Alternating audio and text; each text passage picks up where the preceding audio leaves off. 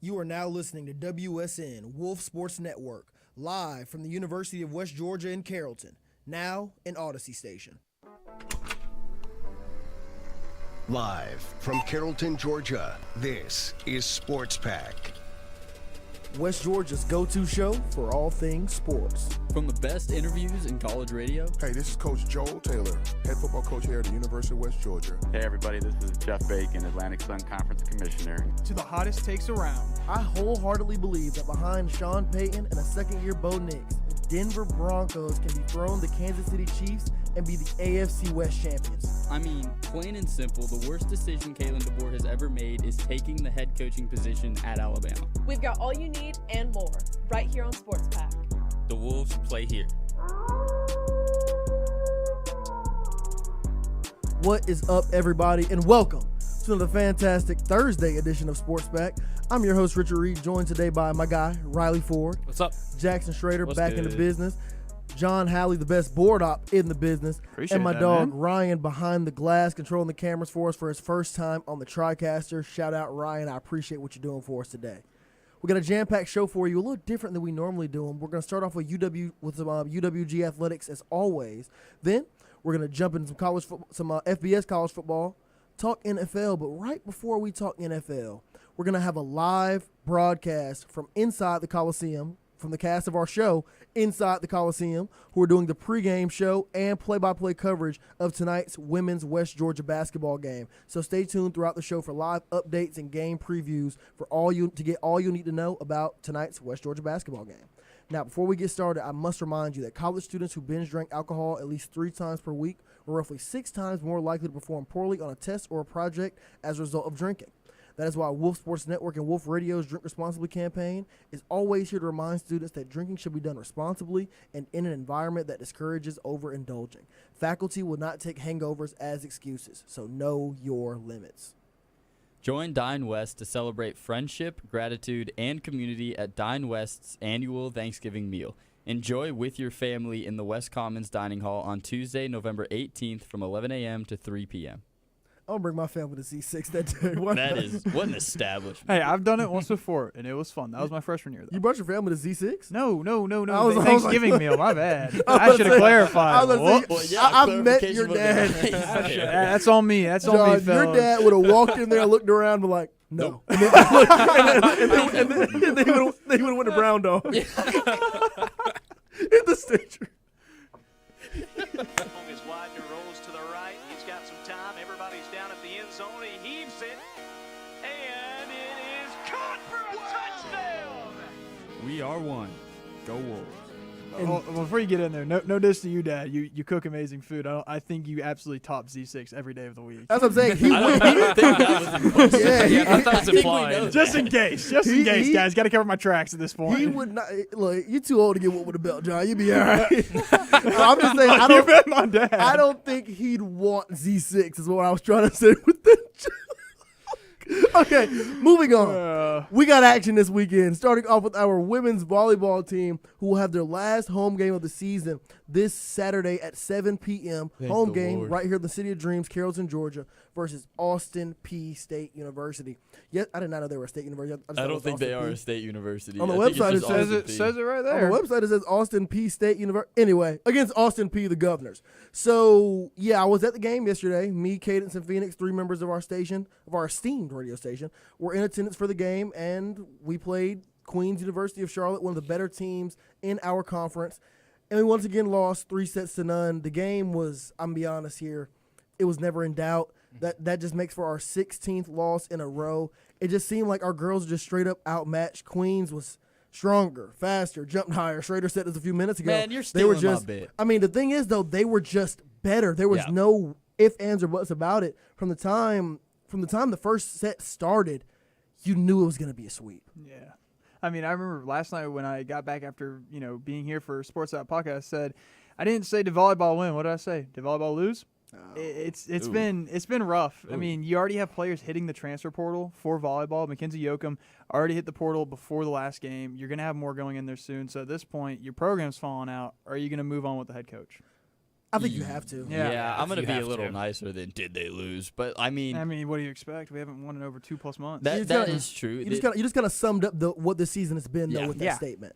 I think we need a change with the coaching staff. You look at every other program, and the way that they've handled the Division II to Division I transition has been done really well. We've seen the talent level rise, and our volleyball team, it really didn't happen. It seemed like our coaching staff was still recruiting players who were built for more of a Division II level, and the reason I say that is what Richard said. When you watch it, it's not that we're, like, fundamentally different, like we're just bad. We just don't jump quite as high, don't hit the ball quite as hard. They're a little bit faster than we are. Yep. And it just kind of shows that it's just more of a roster skill gap than it is anything else. Exactly. And I think we need a new coaching staff to really set the bar for the Division I standard that we're trying to set. Right. And I think that's what we're going to have to do, especially if we already have players transferring out. It kind of shows that the house might be getting cleaned soon. Yeah. And we really share the same sentiment here. I mentioned it briefly on Monday's Sports Pack that sometimes you just have to do this in order to bring in the right infrastructure, like with our football team. We got rid of David Dean, who was the coach of our old regime, had a lot of success at some portions of his tenure here. But when we moved to Division I, had a mutual parting of ways, and then brought in Coach Taylor, a coach that was more suited for this new D1 era. Sometimes you have to do that. Dave Moore and our women's basketball coach seem like they're the right fits as of right now. Start off the season's pretty strong with some pretty impressive games so far. We'll see how the rest plays out, so nothing will be done with them there. But when you look at this volleyball program, we're kind of well, I'm not even going to say we're stagnant. We're failing at the moment. We're 2-26, have lost 16 games in a row. Yeah. Sometimes you just have to move on, bring in new blood for this big-time transition. And I really think that's what's going to happen with this volleyball team. Now, Riley, I just mentioned our football team here. We have our last home game of the season. We're currently sitting at 7-3 with the Utah Tech Buffaloes coming into town this weekend. It's senior day. We have 26 seniors that will be honored on the field before this game starts. Big-time game. We're expecting a big-time crowd. Last home game of the season, Riley. What do our Wolves need to do to win this 8th game of the year and double last year's win total? Just stay the course. I think that's the best thing I can say, is just to stay the course. Coach Taylor knows defense. Keep pushing that defense. Our run game has looked really good. Keep pushing the run game. And, Utah Tech, they're an underperforming team.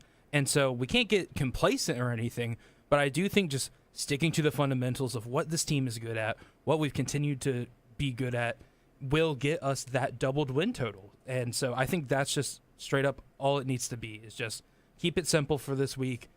The vibes will be amazing because it's senior night and recognizing all those seniors. So you'll have a huge morale boost, a huge crowd.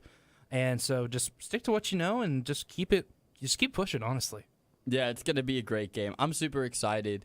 It's kind of bittersweet, though, right? It's the last game of the fall. It kind of shows that, hey, we're getting into baseball and all that. But it's going to be a great game. You know what I'm going to say. We just got to establish the run game early. Allow for the run game to take us all the way. Let us pass it because we want to, not because we have to. Yep.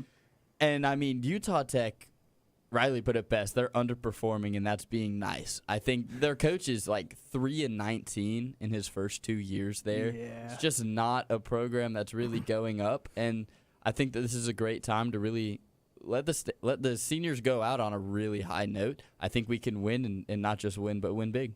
Yeah, I mean, coach is going to make the focus this week is make this game special for the seniors, the guys that start, for the guys who fill in at practice, whatever it is, even walk-ons. You're going to make it special for them because you know these guys, you don't know the chances of them being in the NFL. There is always a chance for any given player, but, you don't make it all the time. So it might be the last time they put the pads on. So it's going to be special. It's going to be special for them for their final time. And, I mean, the underperforming Utah Tech team, it's an interesting case. They're leaving our division next year to go to the Mountain West because of the travel. They can barely afford traveling to all these teams. West. Yeah, they're Really? That's interesting. That's interesting. Man. yeah, they gotta. We have 2 teams leaving our conference as well, so they gotta. I think Charleston's they're just the other team, right? no, they are not actually. Charleston's moving up though. The FBS. They're not. As of next year, I talked about this with our GM Sean earlier. As of right now, they are staying in the UAC as of next Really? year. Yeah, I thought they we were picked up a team from Arkansas and another team in Texas. I don't think their football program's leaving the UAC. They have other programs leaving, but I think their football program's staying in the UAC. Yeah, I think if all things they would move up in 2028. I don't know. off the top Well, of my it says head. that Referring next to year. Tarleton, right? Yeah, for Tarleton. Oh, I'm talking about Utah Tech. Oh my Okay, bad. okay. My bad. Yeah, it says their men's soccer and baseball team are going to the Mountain West. Got you. Because that's FBS. That's a whole. Yeah, I was about to say I this don't think football program I is don't gonna think a get coach's slashed. team's 3-19 over his last 2 years would be going to the. I was just going to mention that. FBS. Yeah, because I'm like, I don't know how that's going to turn over, but if it's soccer and baseball, it makes sense. Do want to make a brief mention, like you said, big time game this weekend, last home game. If you haven't made it to a game yet, be sure to come out. It's going to be a great environment. Last home game of the season. It's really the last weekend. A lot of students are going to be on campus and active because next week's the weekend before Thanksgiving break starts. Right after we get back from Thanksgiving, we have 1 week, which is pretty much all just finals prep. So campus is going to be very lively. A lot of people that haven't been able to get out yet this semester are going to make sure they get out now. Should be a great environment. Our last tailgate show of the year. Me and John's last tailgate show, period, here at Wolf Sports Network. It's going to be a great time. Be sure to pull up, show some love, show some support. And one last thing before I move off this topic. Coach Taylor labeled this game a sleeper game. He said it could be – he said this is something that could be a big, not look-ahead spot, but this is put our Wolves on upset alert. That's essentially what it is. I can't remember the exact word he used, but this could be a sleeper. This Utah Tech team is a lot better than they look. They beat North Alabama 34-33 a couple weeks ago. Had a rough loss to Abilene this past weekend. But a couple weeks ago, they played a pretty close game against Tarleton. Tarleton ended up pulling away late in the fourth quarter, but Utah Tech kept it close for a lot of that game. So we could see a very inspired Utah Tech team looking to come in here and win one of their last 2 games of the season. We'll see how it shakes out. I think our Wolves are going to get it done. Like you all said, they're going to be very inspired. Senior night, last game of the season, looking to double last year's win total, which was the goal going into this year. I think our Wolves get it done. But don't be surprised if Utah Tech puts up a bit of a fight here. Now, John, now that we've covered all our bases here, let's jump to some FBS college football. Baby, it's college football time. Give me my theme music. Pretty big weekend. A lot of people think the past few weekends that we've had have been a little sluggish, a little slower. And if you think that, then obviously you weren't exactly. Obviously, you haven't been watching. Now, we had a very lengthy G5 discussion on Monday's episode of Sports Pack. If you didn't hear it, go back and check it out. I'm not going to rehash all those same arguments again. But we have a big-time game coming out of the G5 this upcoming Saturday with the 24th ranked team in the nation, the 7-2 USF Bulls, going on the road to take on the Navy Midshipmen. Both of these teams are sitting at 7-2. Navy is currently leading the pack in the American Conference with USF right on their heels. This game right here could very likely determine who ends up representing the G5 in the college football playoff at the end of the season. Schrader, I want to start with you because you weren't here Monday, and you do have on USF green. Yeah. What are the keys to this game, and who do you think is going to come out on top? So the big key to this game is Horvath, Navy's quarterback. He did not play against Notre Dame, which I think Navy would have had a great shot against Notre Dame if he was there. So it's whether he's healthy, and if he is playing, how banged up is he? Is he going to be able to play that gritty style of football that we know Navy plays? And I think that's a big thing. But I know a lot of people look at this and they're kind of questioning, like, how is Navy 7-2? In the last 2 years, why has Navy all of a sudden become good? It's because they throw the ball too. Yeah, they sure. don't just run the ball anymore. They still run the ball with that same grit. They run out of the wing T. They still run that option offense, but they've incorporated pass plays there, play action to it. It's been really fun to watch, but USF is USF. We've seen this team. They're battle-tested. They've beaten Florida in the Swamp. I don't care who you are. That's not an easy win to get, especially when they did it. That was a far different Florida team than you see now. I think USF goes down or goes up to Annapolis and gets the dub, but I do think it's a really close one. What state is that in again? Maryland. Yeah. Oh, okay. Yeah. Same logic for me as well. I think Navy is doing really well. I think they are a good team, but I think they're relatively unproven. Like we said, South Florida has, they've beaten North Texas, which is one of the harder Group of 5 schools, Boise State and Florida in the Swamp, whereas like Navy's schedule is really ramping up now with South Florida, and then next week they play Memphis. Navy also dropped a game to North Texas, 31-17. That's what I was about to mention as well, is that they dropped a really big game to North Texas, whereas USF, their Texas game, or their game against North Texas was like 63-36. Yep. Like it was a huge win. And so I think Navy's just more of an unproven team, and that's why I expect South Florida to go in there and kind of tear it up. I mean, probably going to be a closer game than we all think it is, But I do think USF escapes with it. Yeah, the main thing I'm looking for here with USF, I know that they're a really talented team, is penalties. They average about 62 yards of penalties per game, so penalties can bite them. And when you have to go up against this sort of offense in a wing tee and you can get in that shotgun to throw the pass or you can move it around, your defense has to be watching the ball the whole entire time. I'm telling you, they can switch formations within a blink of an eye and make you guess everything, because then all it takes is one simple play call where you're going to say hut, and it's just someone's going to jump off sides. It can bite them in the heel, and you talk about the grit. They will drive down that field, and they will try to draw you off sides the whole game. So I really, really want to see how USS defense is going to play against this, because they also have a really solid offensive line. I know it's wing T. They don't give up much sacks, but they've given up 5 sacks between 3 quarterbacks. That's really good for when they're in the pass scenario. So they're strong. I think it's gonna be really good. I kind of like Navy in this one. It's looking really strong. It's just it's a fun team. Jeff Munkin's having fun over there. Yep. I like it, and it's gonna be some grit out there, and I can't wait to see it.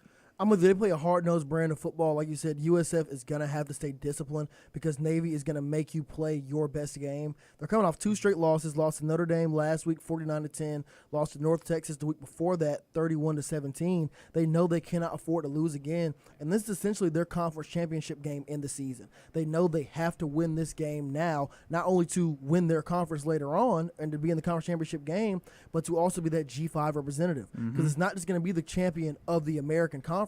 It's going to be the highest ranked G5 conference champion. Yeah. So they have to get this done here.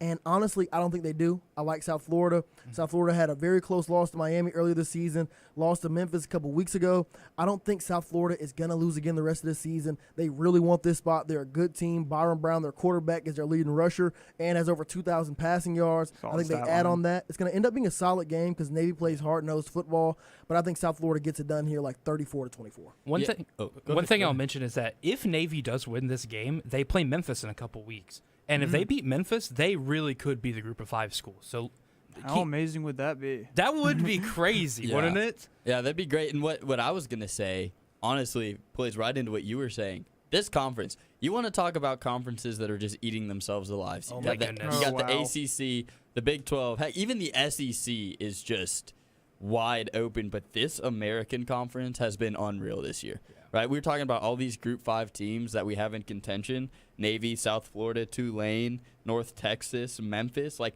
Memphis is 5th or 6th in this conference, and they're still, hey, this could be the team that represents the G5. This conference is wide open, and it's really crazy to see because of these late season matchups that actually have playoff implications in the Group 5. And on the topic of conferences that are eating themselves alive, you just mentioned the ACC, and one of the most underrated teams in the ACC is the Pitt Panthers. They're currently the 22nd ranked team in the nation. They're 7-2, been surging lately. They've won 5 games in a row after having 2 very disappointing losses early on, and they have the number 9 team in the country, the Notre Dame Fighting Irish, coming into town. Also sitting at 7-2, but Notre Dame has reeled off 7 wins in a row. C.J. Carr is playing really good, 19 touchdowns, only 4 interceptions. A lot of people are starting to throw Jeremiah Love's name in the Heisman conversation. Their running back there, really good running back, arguably the best in the country. So when you look at this matchup, Riley, I want to start with you because you're kind of an Indiana guy. You like the Colts and everything. When you look at this matchup, do you think Pitt has what it takes to give Notre Dame their 3rd loss of the season, effectively knocking them out of playoff contention? I think they do, honestly. It's like a really close matchup. I was looking at stats for this, and they're like relatively similar with like pass defense, and their quarterbacks are relatively similar. But I think the big thing is that this Pitt team can stop Jeremiah Love. They're 3rd in rushing yards allowed in all of FBS, and they are 5th in tackles for loss. So I think this Pitt team can really bottle up Jeremiah Love, and I think that's going to make this Notre Dame offense really one-dimensional for them. And so I think Pitt can do it. It's going to be a really tough game because I think Notre Dame's offensive line is a lot better than Pitt. They've allowed 10 sacks on the season as opposed to 26 from Pitt. But I do think Pitt can get it done. I think their passing game is a little better than Notre Dame. But it's really going to depend on how well that Pittsburgh run defense comes in against Jeremiah Love. So I will say, I like what you're saying there. It's been since 2013 that Pittsburgh beat Notre Dame at home. It's been a while, so of course they're looking for one. And honestly, I like what you're talking about their defense because when they played Stanford 2 weeks ago, they had a bye week last week. They held them to -10 rushing yards. I know Stanford's not the top of the crop team, But to hold a team in the ACC to negative 10 yards, that's really, really impressive. nonetheless, So when you have nice. something like that, you have a guy like Jeremiah Love in the backfield, I want to see how they're going to play that. And like I get you say they can bottle him up. I just think it's one of the hardest things to do. Jeremiah Love is a stud. He runs all over the field. And then CJ Carr, he's figured things out. I know the first 2 games are a little rough, but now he's really figured himself out. They've gotten the team moving. They obviously have a great head coach in Marcus Freeman. He's amazing. It's going to be really fun. I think the environment's going to be rocking again. If I'm correct, is game day going to be there? Or are they going to? They Game are. Day's there. Yeah, so it's just going to add another level to it. I like Pitt here. I think you can be a good statement win for them and the freshman quarterback. But then again, you got to just play smart. Simple. That's going to be a huge key for this. All these games we're talking about: playing smart defense, playing smart offense, playing smart ball. Simple as that. Yeah, I think this is a great game because it has all the makings of an upset, right? This Notre Dame team lost its 2 tests against top-tier opponents, and then they go to their non-conference tradition schedule where they play a bunch of nobodies until they get into the playoffs and they get rocked, right? Mm-hmm. But this Pitt team has flied under the radar because of how they started the season, but in this 5-game win streak, they have not scored less than 30 points. Heinz Schul is an outstanding quarterback. I watched him run all over my Seminoles, and it drove me nuts. He's one of those guys that's going to succeed in or out of the pocket. He extends plays. The offense is great. They have a great defense. And with game day being there, that fan base can get rowdy. We've seen it in the Kenny Pickett days. We know what a good Pitt team looks like, and they're a fun team. And honestly, I think this is a statement win. Right, we've seen what their coach said. He said, "Oh, this isn't a must-win." I think he's saying that to try to get people to go, "Okay, Pitt really doesn't care." And then Pitt's going to come out of the gates fast. That'd be They're awesome. They're going to come out of the gates strong. It's going to be a statement win for Pitt. Y'all are really trying to convince me to pick Pitt. I thought I was the only one who was going to do that. And with Pitt, if they win this, it's a huge statement win because they go into a game against Georgia Tech and then a game against Miami. And they could really, if that gives them the momentum, they could go all the way They for could the be a playoff ACC. team. Oh, yeah. They could go all the way. And that's why I'm holding back on picking Pitt to win this game. It's not that they don't have the personnel now. It's going to take a lot, and I mean a lot, to disrupt this Notre Dame offensive line, to stop Jeremiah Love because he's running through straight craters in that backfield. Very talented back nonetheless, but it's going to take a lot to limit that offensive line success. When you look ahead in this game, when you look from what Pitt has to deal with next, 9th team in the nation right now, Notre Dame. Next week, the current number 16 team in the country, Georgia Tech, who already has 1 ACC loss, and I promise you, they are not overlooking Pitt in that game before the Georgia game. And then to end their season, the 15th ranked team in the nation, another ACC team, Miami. I think Pitt beats Miami, but I do not see them winning all 3 of these games in a row. And I think if they drop one of them, oh, God, I don't know what I'm going to do here. I'm going to be honest with you. If they drop one, it is come on. over. I do think it unravels if they drop one. I'll be honest. I'm going to go with Notre Dame to Maybe win. not this one, though. If they drop this one and they win those 2 conference games, It could maybe be- yeah, they they could could different, walk yeah. right into the ACC championship. I'm going Pitt. Hey, Hey, join the you guys club. got Pitt sweep, dude. Wow. Wait, Pitt all the way around? Johnny Yeah. pick Pitt? Yeah. Give me Notre Dame. I think Notre Dame's going to win this game. I'm not going to let Dude, all of us I be thought I wrong. was the only one who was going to pick Okay, Pitt. see, I've I'm- been like, No. Yeah, I'm pretty shocked by this, and when y'all start throwing the numbers, I was like, okay, wait a minute. But I'm going to go Notre Dame here I have just to mix more. it up. I expect a very competitive game nonetheless. I think Pitt has a crazy 3-game stretch here. I want to go with the Panthers because I don't think they'll beat Georgia Tech, but nonetheless, crazy 3-game stretch. I think they go 2 out of 3 in this stretch. Now, we are running short on time, but we have to talk about the 5th-ranked team in the nation, the Georgia Bulldogs, playing host to the 10th-ranked team in the nation, the Texas Longhorns. This is a must-win game for the Longhorns. They've gotten hot as of lately, but they know they cannot afford to lose another game. Nevertheless, another SEC game that will drop them to 7-3 on the year. This is a must-win spot for Texas. John, I want to start with you. Yeah. Can the Dogs get it done? Will the Longhorns get their 8th win of the season? I think, of course, the Dogs can get it done. I mean, Texas they had a rough start this year. They've picked up their pieces, and that is true. They absolutely have picked up their pieces, but you kind of see them towards the end of games struggle. And but honestly, there's one thing that Kirby Smart said in one of his press conferences this week, and he says this team hasn't beaten Texas. And I really liked what he said there because they were talking about, Kirby, you've beaten Texas twice now, and X amount of times when you're on Bama staff, you played Texas. But he makes the point that just because we've beaten the past 2 times in the same year, Doesn't mean this team right here has not beaten Texas because he knows what can happen when they come in there. But now it's just going to come down to Gunner, the offense, and then our defense really stepping up. We saw Jalen Walker last year put on a clinic against Texas, get 3 sacks. We had 7 sacks on the night. So we really got to see it step up because Arch Manning's has 18 sacks on the season. Their offensive line has been plugged in with different players. Former teammate of mine has been plugged in a couple of times. So, and that's the thing. Can you create that pressure? I know it's the struggle, but you got to create pressure. That's the one thing we always talk about. Create the pressure. You can get to Arch. You can get to the rest of the team. And they have not been able to get much pressure all season so far. No. Yeah, it's tough. I think Georgia can get it done, but like this Texas defense, say what you want about the offense. Obviously, Arch Manning was underperforming at the start of the year. Oh yeah, but at the start is the key. This yeah, that too. This Texas defense has been good all season long. They are tied for first in all of FBS and sacks at 34. They have 11 forced fumbles. They have 9 interceptions. As a team, Georgia 11 sacks on the season, 4 interceptions and 3 forced fumbles. This Texas defense is getting it done in the turnover game. They're getting it done in like just straight stuffing the run. They allow 75 rushing yards a game. You know, like this Texas defense is just super strong, and Georgia's offense is good, but this Texas defense is just elite. I don't know if they can get around it. Yeah, So you pick Texas? I'm picking Texas. Yeah, I'm gonna pick Texas, one, because Arch Manning in the last few weeks has just played out of his mind. He's played like the Arch Manning we expected to see. Paul Feinbaum expected to see. Yeah, 2, Texas's defense has been elite all season, but also it's a team that kind of got counted out a little too early, and they know that. They're playing with a chip on their shoulder, and I think this is the game where the halftime adjustments do not work for Kirby. Texas takes it in a close one. I was leaning Texas in this game, I'll be honest with you, going into it. But when you really look at the weeds of this game here, yes, Texas has gotten hot lately, but Texas has been very bad on the road, losing to Florida in the swamp 29-21. Very different Florida team back then than the one now, like Schrader mentioned earlier, but it still happened.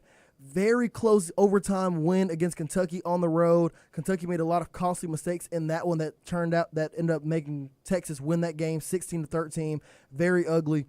Mississippi State game. They found a way to win this game, yes, but did they win or did Mississippi State beat themselves? Either way, they've been very rough on the road because that's another game where Mississippi State had chance after chance after chance to win it, but Texas found a way to pull it out. Even the last weekend's game against Vanderbilt. Yeah, they had a bye week between that. Even in their last game against Vanderbilt, they jumped out on Vandy fast, but Vandy scored 21 unanswered points in the second half and only lost that game because they were out of bounds and they picked up the onside kick. So I look at this Texas team, yes, they have been better since their skids in the beginning of the season, but they still have not been great. When you look at this Georgia team, they find ways to win week in and week out. The defense is not as dominant, but the offense has gotten more and more comfortable week in and week out. And when you look at it, yes, this Georgia team, their offense is built based on the run, but Gunnar Stockton has become better and better as a passer over the course of the season. When you look at Texas defense, yes, they're great against the run, solid pass rush, but their pass defense is ranked in the 90s. They do not have the greatest secondary in the world, not like we've seen with Texas teams in the past. And when you look at Georgia's offensive line, this is the most healthy Georgia's O-line has been all season.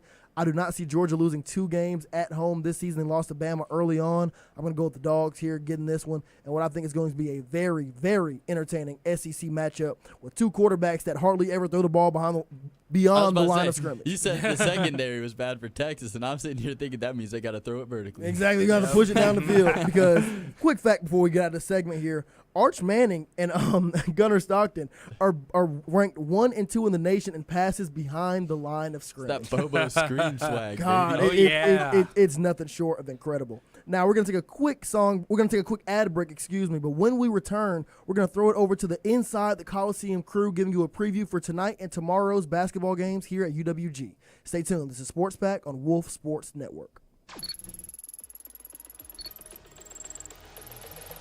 You are listening to Sports Pack, Mondays and Thursdays from 6 to 7.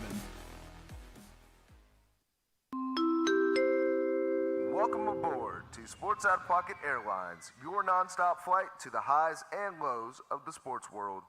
This is your Captain Jackson Vole speaking, and this is Flight Path, where we chart every climb and dive, teams taking off to championship skies, and players hitting unexpected turbulence. Buckle up, sports fans, and fasten those seatbelts, because when the whistle blows, we're cleared for takeoff. Listen to Sports Out of Pocket every Wednesday at 6, only on Wolf Sports Network. Cross 'em up, cross 'em up. Live from Carrollton, Georgia, the city of dreams. We got you covered with the men's and women's basketball teams. Shooting a three, make it with ease, crossing you up, now you on a meme. And then they popped out and did it again like Baby Keem. Tune in 1 hour before tip-off of select home games this season for the West Georgia Wolves basketball teams. For the full list of live coverage, visit wolfsportsnetwork.com. Wolf Sports Network from inside the Coliseum. If you are anything like me, then you wait until the absolute last minute to go and do all your Christmas shopping. But if you have that same problem, Wolf Sports Network has you covered. A wide variety of clothing for men and women presented by Ozier Apparel. Men and women's polos, shirts, hats, beanies, joggers, and we even have a baseball jersey for that baseball fan in your life. Visit our merch store online at wolfsportsnetwork.com and click About. Don't be stuck giving out a lame gift this holiday season. Give your loved ones the best gift of all. Wolf Sports Network merch only at wolfsportsnetwork.com.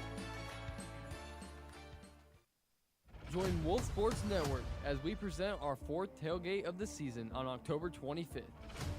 Breaking down the game between the Central Arkansas Bears and your West Georgia Wolves. And other matchups from across the college football world. The action starts at noon, only on Wolf Sports Network. Tailgate sponsored by Campus Services and Westwood Apartments. Campus Services, from dining, parking, IDs, or mail, visit the Momentum Center, Westwoods Apartments.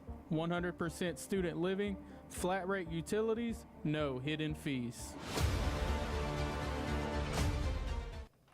Now, welcome back to Sports Back. This is Richard here. If you didn't know, I'm here to let you know that here at Wolf Sports Network, we have a brand new show that all rhymed. That was kind of incredible. We have a brand new show here at Wolf rhymes Sports right here. You don't even know. We have a brand new show called Inside the Coliseum here at Wolf Sports Network, where we have our team who is currently on standby literally inside the Coliseum, previewing and doing play-by-play and a post-game for all West Georgia home basketball games. So now I want to open it up to the guys, Brandon Dyer, Keyshawn Ward, and Michael Miller, who are currently on site from the Coliseum, getting ready for this Wolves women's basketball game against Alabama State. How you guys feeling there? Feeling good, man. I'm feeling great here, Richard. We're inside the Coliseum. The vibes are high over here. And let me tell you, I am ready for this West Georgia women's basketball game. Now, when you're looking at this game, our team is currently sitting at 1-1, coming off a very impressive 91-68 win against Gardner-Webb. What do our girls need to do to come away with another W against Alabama State? I think that basically what they need to do is they need to do exactly what they did against Gardner-Webb, and that was come out, see that they are facing an inferior opponent, and just let it fly. Let it fly from deep. Give Jasmine Jones the ball. She had 32 points, 8 of 12 from three-point range in that last game against Gardner-Webb. And let me tell you, this whole entire team right here just needs to play kind of a loose basketball game. I don't think there's going to be a whole lot of pressure put on them tonight, and this is where you're going to see a whole lot of players come in and put in minutes that normally you wouldn't. So I'm really excited to see how many players these West Georgia Wolves use tonight. Yeah, Brandon, you mentioned the 32-point game from against Jasmine Gardner. Jones. Yeah, yes, thank you. And Jasmine Jones. Yes, and I wanted to ask, other than her, who else should we be looking out for tonight on the court?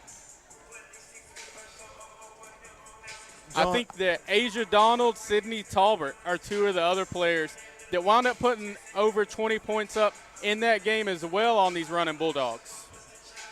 Anyone off the – I know how you mentioned that we were going to play a lot of players tonight. Anyone off the bench that you think could be good as a good rotational piece?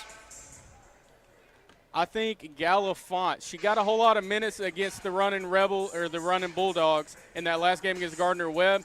It's going to be really interesting to see if she continues on that kind of sixth player role that she plays over there on the bench tonight. Hey, real quick, I want to hear from the other two guys briefly, Brandon. I love the sound of your voice, but I got to say, Keyshawn, happy birthday. You're normally with us on Sports Back. Shout out to Keyshawn. The brother's finally 21. Let's see if we can get him out this weekend. Drink him responsibly. But, Michael, I got a question for you. You've done some women's and men's games this season. When you're looking forward to the men's game tomorrow night versus the Citadel, what do you expect to see from the guys that will result in them getting another big-time win? I think just playing complementary basketball. I think that when me and Brandon called the game last week and we were here, obviously got to see them in person, they really complement each other well. They played really good offense, but they played really pressing defense, especially in the first half. The only thing I would say is second half basketball.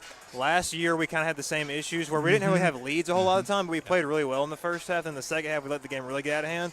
Last week played a dominating first half of basketball. Second half kind of let them get back into the game a little bit and made mistakes early on. So biggest thing for me is just keep playing complementary basketball, but play 2 full halves as well. Keyshawn, I got a question for you as well. What's the energy sounding like in the Coliseum right now? Because one thing we're going to need to get these girls going is a raucous environment. How they doing in there on your birthday? Oh, yeah, man. They got the music blasting here. Everybody's doing their warm-ups. Everybody's looking good, knocking down shots, hitting layups, timely shots. Everything's looking good right now. The vibes is great in here. Hopefully we could pack the stands out a little bit more, but as of right now, we're looking good, man. I'm excited. Sounds great. I'm excited for y'all. Now, if you want to hear more from Brandon, Keyshawn, and Michael, the second Sports Pack ends. Stay tuned right here on Wolf Sports Network. If you're listening on, if you're watching on YouTube, jump over to the radio stream at wolfsportsnetwork.com or through the Odyssey app, also at Wolf Sports Network, so you can hear all you need to hear from our guys here previewing the rest of the game, doing actual play-by-play in color during the game, and their 15-minute post-game show summing up pretty much all we've seen from the girls tonight and what to expect from them in the future. Guys, thank you all for joining the show tonight. Can't wait to see y'all at the Coliseum.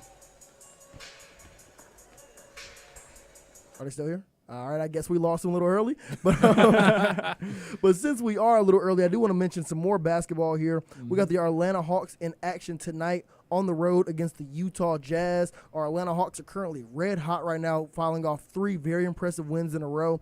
A 20-point win against the Lakers a few days ago, a very close win against the LA Clippers, and then a 33-point win against the Sacramento Kings earlier this week as well. And now they're looking to make it 4 games in a row with tonight's game at 9 p.m. against the Utah Jazz. I've been very impressed with this Hawks team, largely because of the fact that Trae Young is not a part of this roster right now. And when he first went down, we mentioned the fact that this is an opportunity for all the other guys to rise up and build up their confidence. And Schrader, they've been doing that. Yeah, I'm not necessarily a Hawks fan, but I got a lot of buddies that are, and they've been talking about how they're saying, I don't know if I agree with this, but they're saying this is Dyson Daniels' team now. And I think it's an interesting take, but he stepped up, right? Yeah. The Hawks, we look at this roster, there was so much added, so many pieces added. In the start of the season, we're still there, but like the very, very start of the season, first couple of games, they kind of stumbled, and people were going, oh no. Are they going to be mediocre again? We're going to be 49 and 48. But it seems that they have found their stride. They're playing a great brand of ball, and they beat the crap out of the Lakers basically with a bench rotation. I think that says all you need to hear. Now, Schrader, before we move on out of this segment, I do want to mention the Miami Heat. They're currently sitting at 7-5, and every time you come in here, you normally don't talk that much about the NBA, but you're raving about this Miami Heat team. What are they doing different that's really starting to grab your attention? I tell you, Coach Spo just never ceases to amaze me. I think he's making it pretty clear that he might be the best coach in professional sports. And it's because he has a roster that, honestly, you could say easily bottom half of the league, especially right now. Like, we're winning games without Bam and Tyler. But the thing is, they went from the second slowest offense, right? They were slow, they ran plays, they were controlled last season. This season, they're the fastest because they're not running plays. They're running the find the open man, score as quickly as possible, set the pace of the game. And it's been outstanding. And, I mean, you got Andrew Wiggins getting a buzzer-beaten lob with 0.4 seconds left, the greatest Canadian to ever live. He resides in South Beach. The vibes are high. It's been really fun to watch. It's going to be like you're right. They play a very entertaining brand of basketball, and I'm very excited to see how it goes throughout the remainder of the season because this is a rough division in the East. You have the Hawks who are currently sitting at 7-5. You have the Heat. You have the Orlando Magic who have a young superstar, Paulo Banchero, as well. It's going to be a very interesting season as we watch this division of the East and the entire NBA as a whole. I'm very excited to see how the Heat and the Hawks continue to develop as time goes on. Now, I'm also here to remind you, Wolf Radio and Wolf Sports Network are proud to boost literacy rates with our pre-K book drive. Our ongoing book drive will provide a new or gently used book to every child at UWG's pre-K monthly. Give today by visiting thewolfuwg.com/book drive. Together, Wolf Radio and Wolf Sports Network will make a brighter future. That is thewolfuwg.com/book drive. Now, we'll be right back. We're going to take a quick ad break, but when we return, we're diving into this NFL weekend and getting you prepared for tonight's very exciting as always, Thursday night football matchup. Oh, yeah. Hey y'all, it's Schrader. Now don't go anywhere because you're listening to Sports Pack here on Wolf Sports Network. The Wolves play here. Hey, do you want to be a part of Wolf Sports Network? Yeah! Well, I have some good news for you because you can join us. Woohoo! So if you want to learn more about this, go to wolfsportsnetwork.com and click WIT Sports Program. With becoming a WIT, you expand your knowledge in the sports radio world and join our ever-growing family. New face over there, you're not tripping. We got my guy JT over here shadowing the board. He's running through the WIT program right now. Oh. Brandon, how you feeling, baby? Welcome to Sports I'm feeling Pack. great being on here for the first time. And we can't wait to meet you once you join us. Wolf Sports Network is back and will feature 3 live shows this fall. On Mondays and Thursdays at 6, Sports Pack has you covered with all breaking sports news at the University of West Georgia and the entire sports landscape. On Wednesdays at 6, Sports Out of Pocket is bringing the energy with Zero Chill, talking all the hot button issues in professional sports. And on Friday at noon, we get you ready for your college football weekend with the Playbook. You won't want to miss out on all the action this semester at Wolf Sports Network. Sports Out of Pocket has a brand new showtime. Yeah. But what time is it at? I don't know. It's not 5 to 6. It's not 7 to 8. It's 6, 7.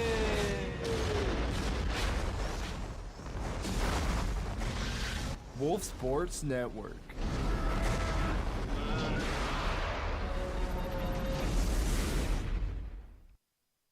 Hello?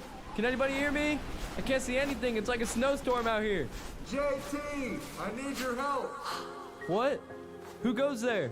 I'm the ghost of Out of Pocket Past. Nah, bro. I don't mess with ghosts. But I need a sports fan that has Zero Chill. Well, now that you mentioned that, this is going to be Out of Pocket. Tune in to Season 6 of Sports Out of Pocket, Zero Chill. Wednesdays at 6 on Wolf Sports Network. Because of Westwood's Apartments, Dadgummit, Richard. That's that book drop, boy. Hey, we donate today at thewolfUWG.com. Learning we need for our careers. Did you know at Westwood's Apartments, all utilities are included in the rent? Flat rate pricing and costs located at livewestwoods.com. Dadgummit, Richard. Donate today by visiting thewolfUWG.com. With the help of your books, we're going to deliver 1 book to every UWG pre-K student monthly to help kids like Schrader who struggle with their literacy The whole skills. time I was reading that, I was going, don't mess up. And then I hit Westwoods and it just fell apart. I love you, man. I love you. In the NFL, only one thing matters: chasing a dynasty. Big time weekend in the NFL this weekend. But before we get into those really big time games, you know we got to start in the NFC South, right? With the 5-5 Carolina Panthers coming into the Benz to take on the 3-6 Atlanta Falcons. ESPN's currently giving the Atlanta Falcons a 58% chance to win this game. Awfully graceful by them. Might be a tad bit generous Gracious. here. Yeah. But how many games can you really lose in a row, right? I'm probably going to regret saying that. Please don't I'll clip say it. nine. Dan Orlovsky Comfortably. and the Lions. Did you see the Bears last year? Please don't clip it. Please don't clip it. And for that, because I don't like the negative Nancy's that sit in this corner of the table. John, Hey, how you doing? I want to start with you, John. How you doing? Can the Dirty Birds get their 4th win of the season here? You know I'm going to be the optimistic guy and say yes, they can. I will ride and die with this team that might drive me into my own grave at some point. There have been some things that come out, though, I found out today. When at the start of training camp, Darnell Mooney ended up breaking his collarbone, and the Falcons staff failed to acknowledge that he actually broke his collarbone, and that's why he kept going through training camp. And it was a shoulder injury, but it's not a good thing for a guy to hide a collarbone injury. I've actually fractured my collarbone before, and it's painful. And the fact that you went through that, I think so. The fact that you went through that and you kept that hidden, and you've been playing injured all season when we could have arrested you and brought you back in is not the greatest. Look, I'm pulling out all these facts now, right? And then also you had Storm Norton go to the IL. That's a rotating offentive line we've had. I thought you were an optimist. Yes. Hey, let me get through my facts first. Wrong end of the table.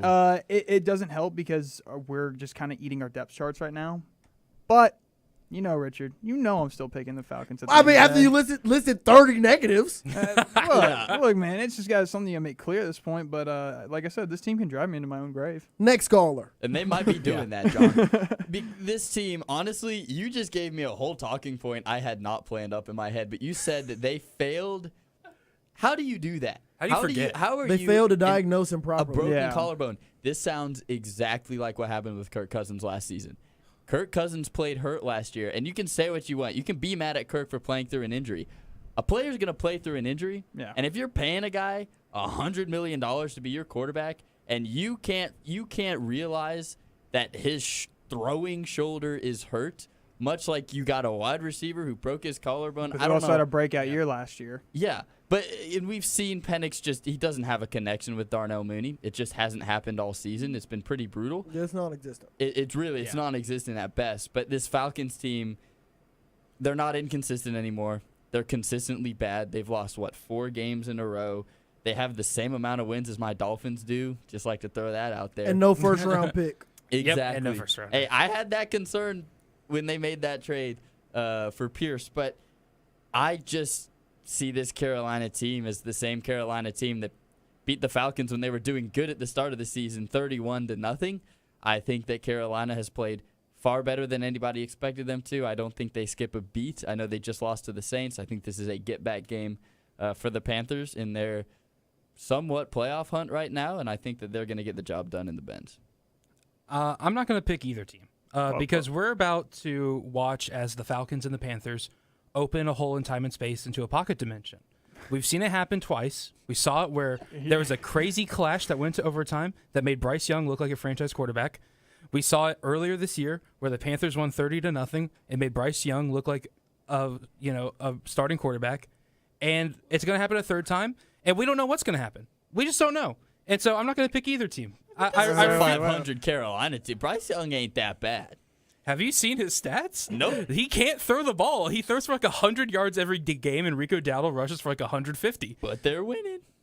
They're winning, but this matchup is just so cursed. Like, I don't know what's going to happen. And every time it comes around and I say, oh, the Falcons are definitely going to beat the Panthers. Look at these rosters. It never works. But I don't want to say the Panthers are going to win because at any moment the Falcons could just pop off. So I'm not going to pick a team. There is no winner. Wait, it'll be a tie. So you're picking inevitable black hole at this point? No, he That's what you picked a mentioned tie. to. That's actually a goated move. I'm going to pick a Because that can tie. happen. I'm going to pick a tie. Is my team really that bad to where he starts off his statement talking about varying Interdimensional pocket time dimensions? and space. No, your team isn't that bad. It's just that this matchup has had the most insane results Awfully so kind far. of If this game ends You in a picked a tie, we owe tie. this guy a lot of money. I did pick a tie. I don't think I've ever seen anybody ever pick a tie. I know. I don't You know know in the what? history Unless of Wolf I'm- Sports Network that's I'm happened. not gonna Only- lie. only That's time I such a pick- bold bet. I might drop all my money. Only time I picked the tie is at $5 Men's on a Warehouse. tie. I'm gonna be honest with you. The only time I've done that is Men's Warehouse. Now, I'm gonna make this very, very quick here. I think the Falcons win this game. I honestly do. Can I even say all bias to the side? But I really do think the Atlanta Falcons win this game here. They played a really tough matchup against the Colts last week. Jonathan Taylor did what Jonathan Taylor does. 2 straight one-score losses, last week's game being in overtime. I think they bounced back against this Panthers team. And Raheem Morris and Zach Thomas find a way to buy themselves more time. This Panthers defense is very stingy, so I'm not really sure how it's going to get done. But the one thing the Falcons need to do is limit the run game, and that is stopping Rico Dowdle. If you find a way to stop Rico Dowdle and force Bryce Young to beat you with his arm, I'm with Riley here. I don't trust him to do that. Falcons pass rush has been great. The secondary has been exceptional at times this season. It's just the offense. So can the offense hold up and in the bargain? My mind's telling me, my mind's telling me no, my body's telling me yes. Shout out the guy that made that song. I probably shouldn't have said that. But either way, I'm going with the Falcons here. Am I going to regret it? Most likely. But you know, man, you only live once. I'm picking the Dirty Birds to win this. There's no way we get swept by the Panthers that just lost to the Saints, right, who are the worst teams in football. You're all going to regret it when it's a tie. Moving on to a much better division of the NFC. You have the 7-2 Seattle Seahawks going on the road to L.A. to play the Los Angeles Rams in SoFi Stadium. Riley, I want to start with you here, and I'm hoping you're not going to pick a tie again because you've been very high on Seattle all season. But this matchup right here could be huge in deciding who is going to win the NFC West because both of these teams are red hot and looking like bona fide Super Bowl contenders. Absolutely. I think both of these teams are definitely on a playoff push and could win the Super Bowl, even as wild cards. Like, this matchup is so close in my mind. Matthew Stafford is playing out of his gourd. Like, he has the most touchdown passes in the league by like 5. And it's insane, though, because I do think that Seahawks defense is a lot better, a lot more well-rounded than the Rams defense, although the Rams unit is quite good. Oh, it's solid. But then when you look at that Rams offense, I'm like, okay, I like the Seattle offense, but I do think the Rams offense is a little more balanced. Right. And so ultimately, I looked at some of these stats, and they're so close in certain stats, like on offense and defense. They're 17th and 18th in the league in rushing yards per game. They're literally right next to each other. And the same thing in pass yards allowed per game at 18th and 19th. So, like, they are very close in a bunch of categories. And so, to me, this is going to come down to what I think are two of the best coaches in the league. I think this is going to be Sean McVay, the offensive guru, versus Mike McDonald, who's like a defensive mastermind. And it's just going to be them going at it. And it could be either team. It's really hard to pick. Did you just pick a tie again? Yeah, I was No. I feel like I know you're gonna pick. I'm gonna pick the Seahawks. Yeah, okay. I love he was the very Seahawks close defense. to picking a tie again. You heard that, right? Oh, he was really Yeah. Oh my God. He was really close. Dude, I thought about picking 3 ties today. Okay, that would have been a record setter. I mean, the one thing is you talked about the great offenses, the great defenses, but the one thing I know is the pass rush by the Rams. You have Jared Verse and Byron Young. Say the other guy's name. Fisk. Yeah. But you see those guys. They have been absolutely clogging up the backfield for any team they play against. And then you mentioned Matt Stafford. He has 25 touchdowns this season. He has 24 yards. He's looking amazing out there. You have Tay Adams. You have Puka. It is really solid. And it's just going to be a battle of the defenses. You're going to put everyone to the test. You're going to have JSN. You're going to have Torrey Horton if he's healthy this week. You'll have Raheed Shaheed over there for the Seahawks. So I think you're going to see a battle of the DBs who can really last the longest. It's going to go down to the wire for this game, but I like the Rams in this one. Quick counterpoint there. I know you like the Rams and their pass rush. Seattle is tied for second in the league in sacks. All right, and you got your stats today. They have more pressures than the Rams. So, I mean, that Rams pass rush is really impressive, but this Seattle defense is so well-rounded on the defensive line. They got so many guys getting to the quarterback. And I agree it's going to be a really close game, but I just wanted to throw that out there since you mentioned the Rams pass rush. I got to hold things down. We're getting a little too analytical over here at Sports Pack. So I'm going to go to the feel-good side of things. I love this Rams team. I love Fisk and Verse. They're my Florida State boys. Matthew Stafford is playing like an MVP frontrunner right now, which is unreal because he ain't that young. But I look at Seattle, and I see my fellow Ginger. Sam Darnold has finally found a home. He is playing outstanding ball. Seahawks have come out of nowhere, and they're a little bit of a wagon, and they're also undefeated on the road. I think that Seattle walks into L.A. and gets a dub in SoFi. When you see another Ginger out in the wild, you dap him up and go, "My Ginger." You know, I could. I don't see many Gingers. I honestly think you should. I mean, it's an opportunity. I don't think I've ever heard anybody say it. I think that's like perfect. A lot of Gingers aren't really approachable, though. Really? Yeah. Well, he approached you. You're like one. Oh, that sounded way wrong. Let's move on. So that was premeditated. One look at this matchup, right? I'm making it quick here because we are running out of time very fast. Like I said, we never have enough time on this show. But in the preseason, I picked the Rams to win the Super Bowl, and I'm still living by that pick here. Matthew Stafford, like you said, Schrader, is playing on an MVP level, 25 touchdowns, created only 2 interceptions. This is going to be a great NFC West matchup. It always is when these two teams square off.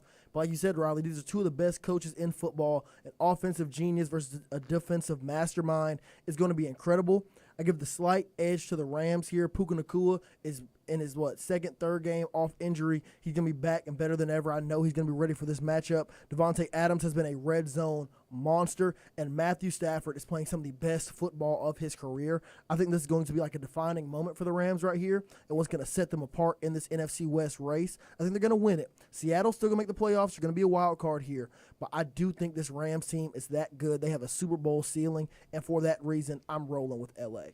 Now, quick picks here, like super quick picks. First off, 5-4 Kansas City Chiefs going on the road to take on the 8-2 AFC West leading Denver Broncos. Denver's just kind of skated by week after week, winning close game after close game. John, does their luck run out on Sunday? Yeah, I say Chiefs. They're also out with Pat Surtain for third game, crucial piece. So I think you can throw. I mean, not that Mahomes' bazooka arm. He can throw it downfield, but you can absolutely open up downfield when you don't have Pat Surtain over there. Riley? Yeah, I'm going to go with the Chiefs here. The Broncos can only play 15 minutes of football every week, so I think the Chiefs take it. He's not lying. Give me the Broncos. That's valid. I'm going with the Chiefs as well. The Broncos got to prove to me they can do this. Bo Nix has got to bring his play up. He's been very inaccurate at times. Like you said, Riley only playing 15 minutes of football in the majority of their games. Look good against Dallas, but who doesn't look good against Dallas? I could probably throw for 215 against them at least. Yep. So I'm going with the Chiefs here as well. And our last quick pick will be the Sunday night matchup for this upcoming Saturday. Well, John, we already missed it. Now we're making picks. Remind them of our policy once again in case they forgot. Sports Pack and Wolf Sports Network are not liable for any financial losses that may occur due to using our picks outside of the show. These are just our opinions. Don't blame us. Blame the players. I just realized I forgot about Thursday Night Football, but it's okay. We're going to get them both done fast. Riley, you're going to be the only one making this pick here. We got the Sunday Night Football matchup. The Detroit Lions currently sitting at 6-3, going on the road to Philly to take on the Eagles. Who you got? Lions.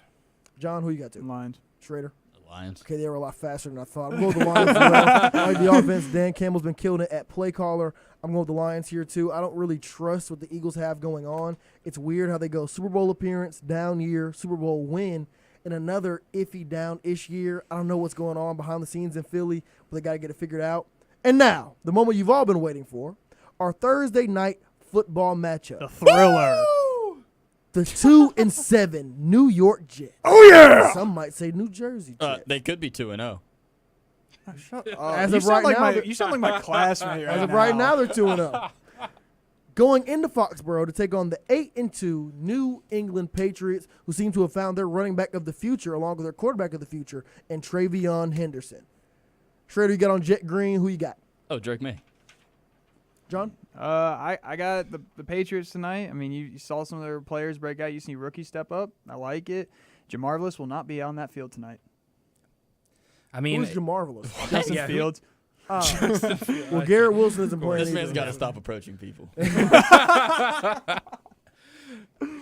Listen, guys, it's a divisional game. Anything can happen. The Jets on a 2-game win streak, and the Patriots are going to stop it. Like it's the Patriots. It's the Patriots.